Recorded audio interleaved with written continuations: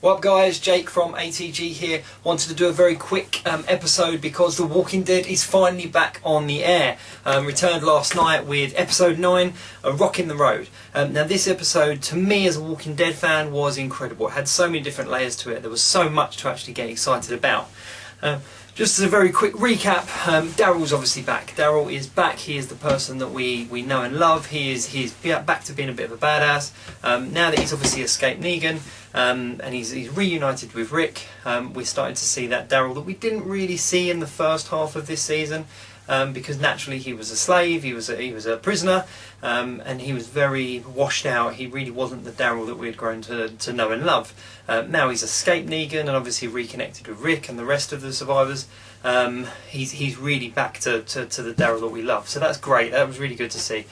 Carol's obviously still away. She's still kind of in isolation, and Morgan as well. Morgan's still very much living in the kingdom with King Ezekiel. Now obviously the episode opens up, we see Gabriel basically raiding the pantry, raiding all the supplies and just doing one. At night time, naturally, most of these things happen at night time, but we see him basically take everything that they have we see him take everything that they have at Alexandria, and just do one. Basically put it all in the car and do one. That obviously opens up a couple of questions and you wonder where the episode's going. We then pick up where obviously we left off before the mid-season break, and that's Rick very much recruiting what should be and what can be, what will turn out to be, an army to fight the Saviours and Negan. He goes to the hilltop, speaks to Gregory. Gregory just stays the same as he always is. He's a bit of a coward. He kind of beats around the bush and basically says like, thanks but no thanks, you do your own thing. I'm not interested because I couldn't fight my way out of a paper bag. Jesus though is obviously still that badass. I love the look, I love the hat, the coat, the baggy combats, I mean the beard, the long hair. He's really a cool character to have on screen. He's following Rick around like a disciple as such. Still very much kind of going, yep, we're going to go here and we're going to talk to these people and then I'm going to take you to meet these guys, and he's really the guy in the know. He's really the kind of the glue that's holding it all together in regards to the different settlements. Obviously after they speak to Gregory they leave, and there's a handful of the guys from the hilltop. Literally there was half a dozen of them that were just there saying like, yep, we're behind you, we want to fight, teach us how to fight and we're with you. Obviously this is great, and this is quite nice to see that there's a group of survivors there that want to get behind it, but they're in no way, shape or form going to be a force to be reckoned with. They're not fighters, and they're, as I said, there's half a dozen of them, so they're not really going to do much damage. We then go to the kingdom and we see King Ezekiel. It's a mouthful and I'll try to get it out, but we see King Ezekiel, which was really nice because we didn't get to see all that much of him in the first half of the season, and obviously we see more of him. Rick and the survivors obviously put the idea towards him and say there's a lot of toing and throwing and you're not quite sure whether he's just going to sign up and be fully on board, but obviously it turns out that he's not. He says that what they've got in regards to an agreement with the Saviours is working and they don't step foot. He then shows us this very moving scene of obviously the people that had lost limbs and family members all training to survive using bows and arrows, very medieval looking. For me, the best part about those scenes was Richard. He's very much like a modern day Lancelot to King Ezekiel. He's all done up in his tactical gear and he's really got that sort of want and desire to fight and make a difference and be on the good side, but he's still very much under King Ezekiel's command, and he's going to naturally do what he does. There's that really nice story where they talk about obviously the rock in the road, which the episode was named after, and Rick describes that whole story to King Ezekiel, and it's a really moving story. It's a really there's a real metaphor there, and you're watching it and you're thinking, yep, this is the monologue that is going to turn King Ezekiel, and they're going to turn around and they're going to fight with Rick and his guys, and still Ezekiel turns around and says no, which was quite nice, quite surprising, but in the nature of storytelling and script writing, pretty predictable. I did not expect to see everybody kind of band together and form this alliance on this very first episode back. For me, one of the nicest lines was when they were talking about Morgan and Rick, and they said, "Oh, how do you guys know each other?" And there's just that really simple line of, "Oh, we've known each other since the beginning." And if you think about it, Morgan is one of the very first establishing characters, you know, and so it's nice to see that that's referenced and obviously not completely ignored. However, Morgan obviously stays in the kingdom.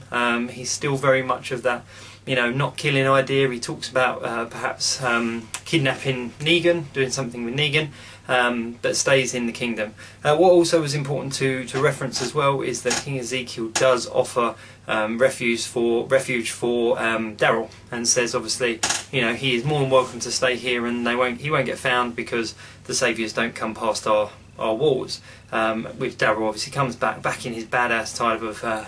In his responses, you know, how long do you think that's going to last? Which was obviously nice to see.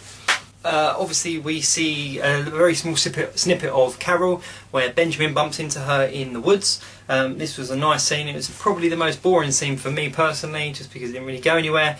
But I've got a feeling that it's just layering Carol's character again. You know, she's in isolation, she's pulled herself away from everyone, but you know, we all know as viewers that she is going to come back, and she is going to be side by side with Rick, and on that front line when the whole big war thing starts with Negan and his guys. There's a lot of symbolism that for me that I noticed in regards to Rick's gun. Obviously Rick's got that gun back now, and there was quite a few establishing shots where you saw the gun in the holster, and I think, you know, when you think of Negan and Lucille, and you think of Rick and his gun, and you've got these two kind of captains, these two leaders, and they've both got their signature weapon, it was nice to see that gun back in the holster and Rick back to the Rick that we know and love. The highway scene. The highway scene is obviously going to be a scene that's talked about for months and years to come. I think that, you know, for Walking Dead fans, it gave you back that Walking Dead that we've grown to know and love. You know, there was walkers, there was panic, there was tense, it was edge of your seat stuff. You know, first of all, you see all of the cars that obviously are lined up, which are obviously there to stop the walkers getting to the Saviours, and Rick and his guys obviously have to move them. They then come across all the dynamite, and straight away they're like, yep, we need this, we're going to need this, so they're taking it all apart. But they've got that radio that Jesus gave them earlier on, and then they hear Negan come over, talking about how they've got to send out search parties to look for Daryl, and you're looking down the highway, and then the walkers come round, and then there's that whole scene where there's, you know, half the group, a couple of them obviously run off to go back to the hilltop to warn Ezekiel and Daryl that the Saviours are on the hunt for Daryl. A couple of the others go and move the cars back and obviously get stranded from a couple of the others, and then obviously, you know, there's that whole scene with the cars and the wire, and it's just mowing down walker after walker after walker, like hundreds of them at a time, and it's just, yep, this is the Walking Dead we love. This is just zombie carnage.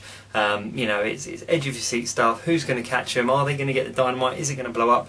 And they get it, and then obviously they get back to the car, and then there's that really lovely line where it said, you know, we are the ones that survive, and I think it was just a really nice reminder that, you know, these guys, they have, and we've followed these guys for, you know, for a number of seasons now, and just watched them overcome, you know, obstacle after obstacle after obstacle.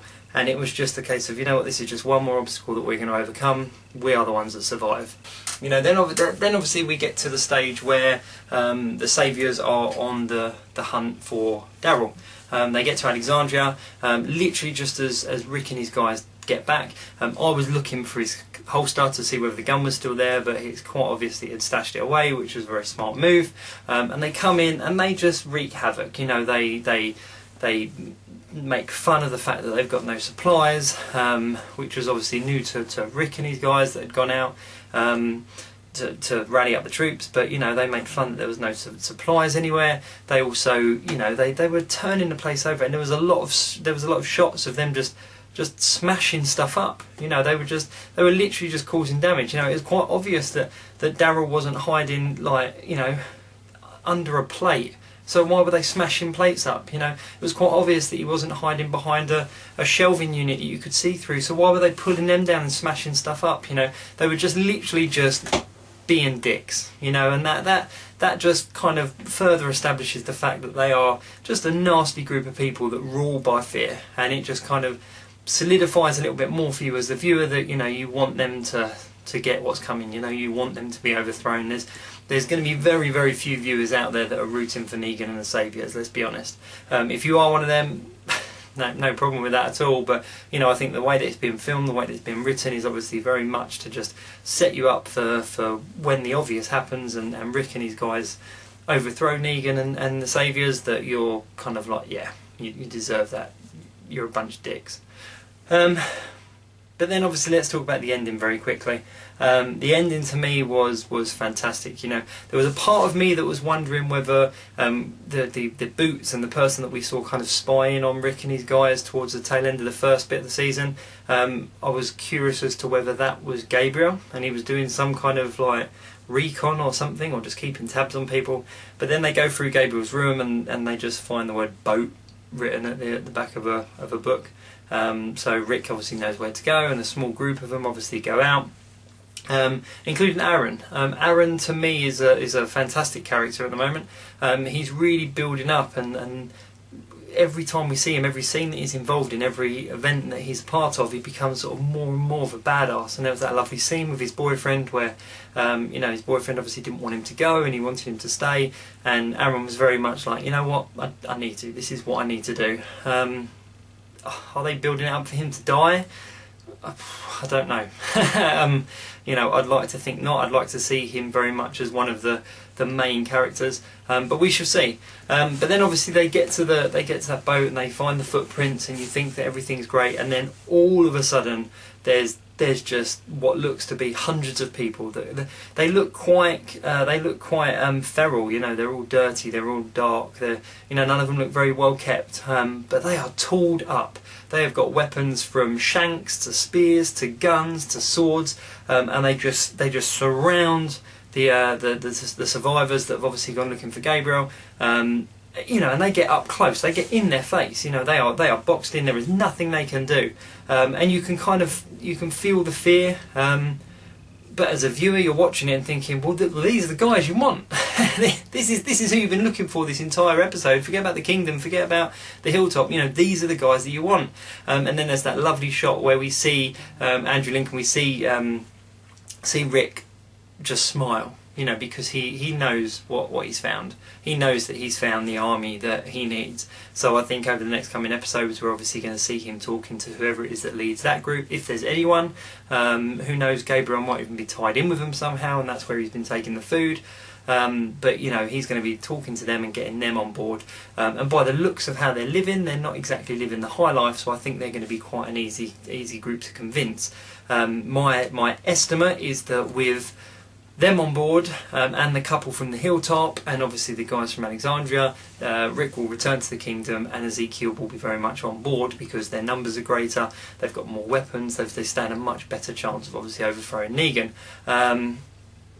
Just a little shout out, Jerry, who is he? Is he like a jester? Is he like a counsel? You know, he's that big guy in red that's sort of always in the shot with Ezekiel. I mean, he's a funny guy. You know, I enjoy his little lines. I enjoy his viewing. I enjoy seeing him on screen. So to me, you know, apart from a little shout out to Jerry, Aaron was definitely a fantastic character, and we've definitely seen some development there. And Rick, that smile from Rick at the end, I'm very, very excited for next week's episode. Put your thoughts and your comments in the comment section below. You know, what is it that you think is going to happen? Where is it that you think it's going? Drop me your comments. Let me know your thoughts. Don't forget to obviously like, subscribe, share, all the rest of it, and check out ATG for other reviews, news, and updates on various other things.